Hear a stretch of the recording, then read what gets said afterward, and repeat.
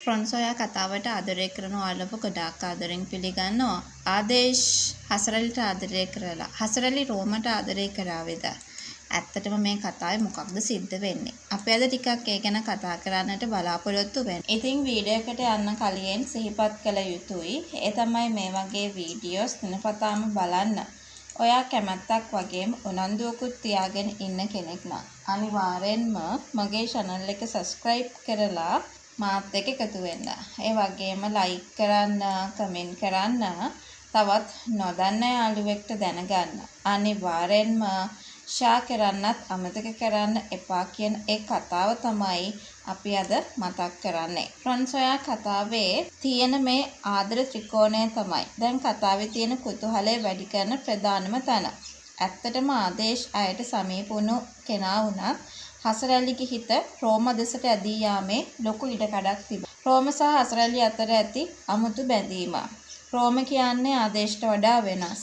ටිකක් අභිරහස් රළු පෙනුමක් තියෙන චරිතයක්. සාමාන්‍යයෙන් කතාවල දකින්න ලැබෙන විදිහට හසරැලි වගේ සංවේදී කෙල්ලෝ රෝම වැනි Tamanට වඩා හාත්පසින්ම වෙනස් පෞරුෂයක් තියෙන අය කෙරෙහි ඉක්මනින්ම ආකර්ෂණය වෙනවා.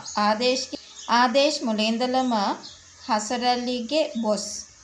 ඒ වගේම හසරැලි ළඟින් හිටියා. හසරැලිට උදව් කළා. හොඳම මිතුරෙක් විදිහට පවුල කෙනෙක් විදිහට ඉන්න නිතරම උත්සාහ කළා. ඒ නිසා ඇයට ඔහු ගැන ආදරයක් ඇති වෙන්න තියෙන ඉඩ ගොඩක් අඩුයි. ඒකට හේතුව තමයි තමන්ගේ බොසාට තියෙන ගරුත්වය.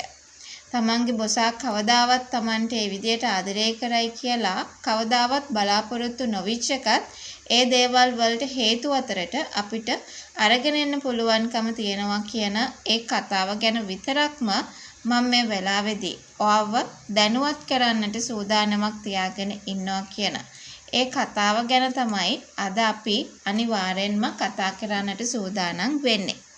ඉතින් කොහොමුණත් රෝමගේ හැසිරීම, රෝම හසරැලි වෙනුවෙන් පෙනී සිටින ආකාරය සහ ඔවුන් අතර ඇතිවීන ගැටුම්කාරී මෙන්ම ආදරණීය අවස්ථා නිසාද හසරැලි හිත රෝමට අවනත වෙන්න පුළුවන්. ඉදිරියේදී වෙන්න පුළුවන් දේ. ආදේශ්ගේ වේදනාව. ආදේශ් හැමදාම හසරැලි ළඟින් හිටියත් ඇය රෝමට ආදරය කරන බව දැනගත්තාම ආදේශ්ට ලොකු පසුතැවීමක් සහ වේදනාවක් ඇති වේවි. ආදේශ් සහ රෝම අතර හසරැලි වෙනුවෙන් ලොකු තරඟයක් හෝ ගැටුමක් ඇති වෙන්න පුළුවන්.